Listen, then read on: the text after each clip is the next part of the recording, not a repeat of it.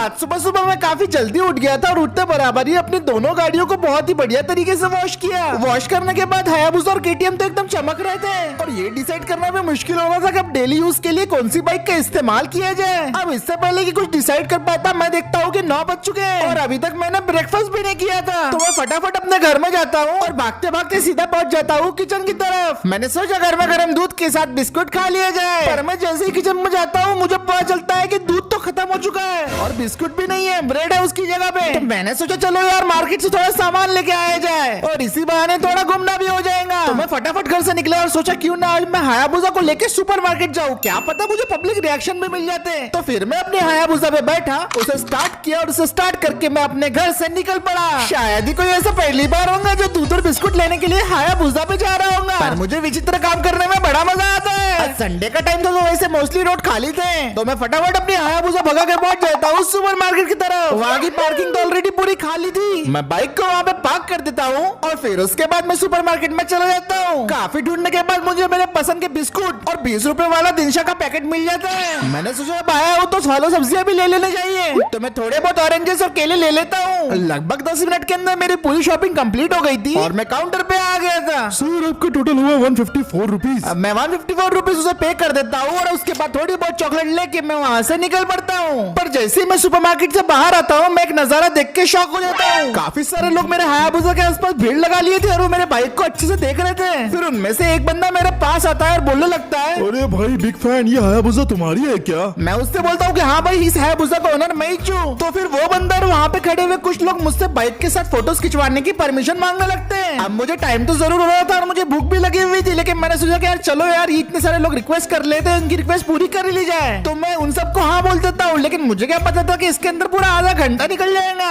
उसके बाद सब लोग एक करके मेरे हायाबुसा के साथ फोटोज खिंचवाने लगे। पता नहीं पर कैसे वहाँ पे एक DSLR वाला भी पहुंच गया था और वो सभी की एक करके मस्त बढ़िया बढ़िया फोटोज खींच रहा था। वहाँ के लोग इस बाइक को लेके कुछ ज्यादा एक्साइटेड थे क्योंकि ये शहर में पहली हायाबुसा थी और लोगों को ये बात भी पता नहीं चली कि मैंने तो इसे रिस्टोर करके बनाया है। अब इनकी सारी फोटोग्राफी में आधा घंटा होने के बाद मैं अपनी गाड़ी को स्टार्ट करके वहाँ से निकल पड़ता हूँ। काफी मजा आ गया, मुझे सारा पब्लिक रिएक्शन भी मिल गया था। लगभग 10:30 बज चुके थे और मुझे बहुत ज्यादा भूख लगी थी, तो मैं फटाफट अपने घर की तरफ अब निकल पड़ा। एक बात तो थी कि मैं हायाबुसा को डेली काम के लिए इस्तेमाल नहीं कर सकता था क्योंकि 200 रुपए का पेट्रोल ऑलरेडी फूक चुकी थी। ऑब्वियसली सुपर बाइक है तो इसका एवरेज कम रहेगा, तो मैंने सोचा कि डेली इस्तेमाल के लिए मुझे अपनी ऑल्टो को वापस से खरीद लेना चाहिए। पर इसी से मुझे याद आया कि यार मैंने अपने दोस्तों को अपनी बाइक अभी तक दिखाई नहीं और ना ही मैंने उन्हें अपने रिस्टोरेशन के बिजनेस के बारे में बताया। तो मैं सोचा कि चलो इनको सरप्राइज कर देता हूँ अपनी बाइक बता के। पर मैं ये उन्हें बिल्कुल भी नहीं बताने वाला था कि मेरी बाइक एक रिस्टोर की हुई बाइक है। और फिर मैं ड्राइव करते करते निकल पड़ता हूँ सीधा अपने दोस्तों की तरफ। उनको फोन लगाया तो पूछा कि वो सब लोग पार्क में बैठे हुए हैं, तो मैं फटाफट पार्क में आ गया। वहाँ पहुँच के देखा था वो सबके सब बैठ के मस्त गार्डन में डूब सक रहे। मुझे और मेरी बाइक को देख के वो सब लोग मेरे पास दौड़े चले आते और फिर मुझसे पूछने लगते हैं, अरे वाह भाई, तूने तो एक और गाड़ी ले ली, कितना पैसा आ गया तेरे पास? पर एक बात बता भाई, क्या तू सिर्फ गाड़ी खरीदते रहता है क्या? अबे उसका पैसा उसको जहाँ उड़ाना है उड़ान दे। इतनी महंगी बाइक खरीदने से अच्छा भाई तू कहीं इन्वेस्टमेंट कर देता। बत्ती जलाए भागे बहुत इन्वेस्टमेंट की। अब हम चारों दोस्त मिलके मस्त गप्पे मार रहे थे। मैं उन्हें अपने रेस्टोरेशन के बिजनेस के बारे में बताता हूँ।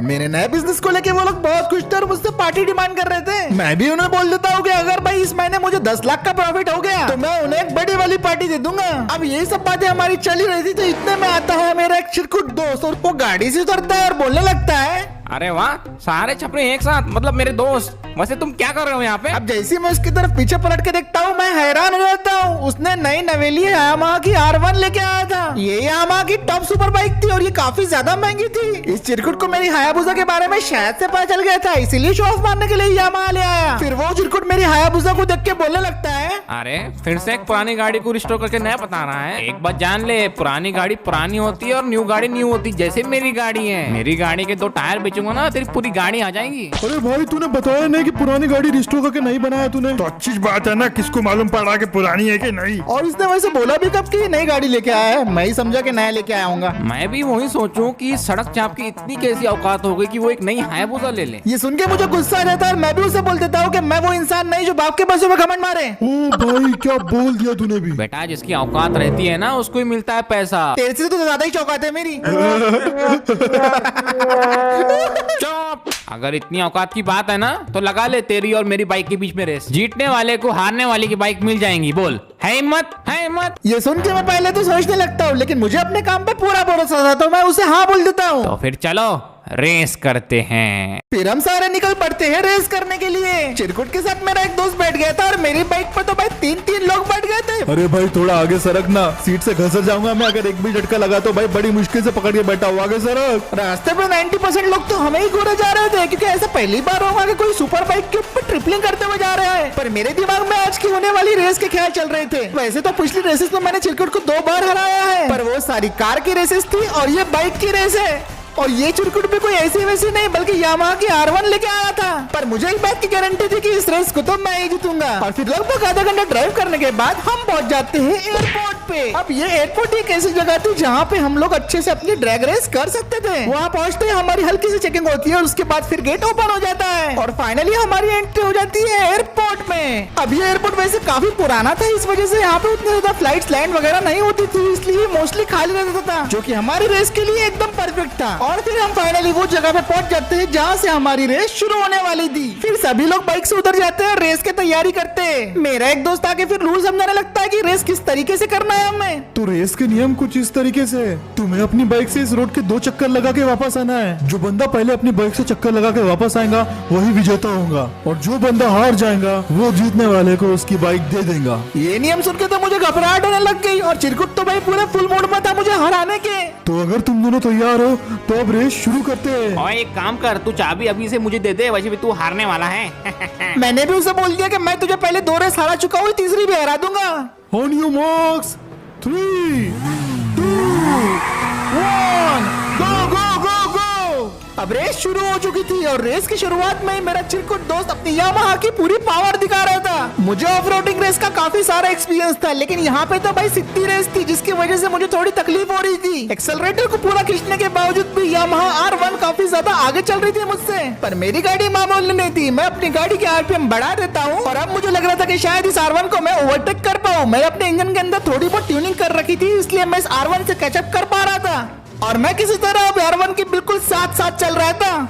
अब रेस में असली मजा आने लगा था, क्योंकि ये चल रही थी बराबर की टक्कर। और फिर मैंने थोड़ी देर के बाद देखा कि हमें यहाँ से चक्कर लगाना है। मेरे अंक पे गाड़ी मत चलाना प्लीज, मैं तो सिर्फ देखने के लिए खड़ा हूँ। अब क्योंकि सामने हमें चक्कर लगाना था तो इसलिए मेरा चिरकुट दोस्त बाइक को स्लो कर देता है, पर मैं अपनी बाइक की रफ्तार बिल्कुल भी कम नहीं करता, क्योंकि मुझे ऐसे चक्कर लगाने का काफी ज्यादा एक्सपीरियंस है और मैं अपनी बाइक को पूरा 180 डिग्री घुमा के वहाँ से निकल जाता हूँ। मैंने इस चक्कर को सक्सेसफुली चिरकुट के पहले लगा लिया था और मैं इस रेस को अब लीड कर रहा था। अब मुझे फिर से स्टार्टिंग लाइन पे पहुंचना था और उसके बाद मेरा दूसरा चक्कर शुरू होने वाला था। और मुझे तो लग रहा था कि मैंने चिरकुट को काफी पीछे छोड़ दिया है, लेकिन वो मेरी गलत फहमी थी, क्योंकि वो अपनी बाइक को बहुत ही रफ्तार से आगे लेके आया और उसने एक ही झटके मेरे को ओवरटेक कर दिया।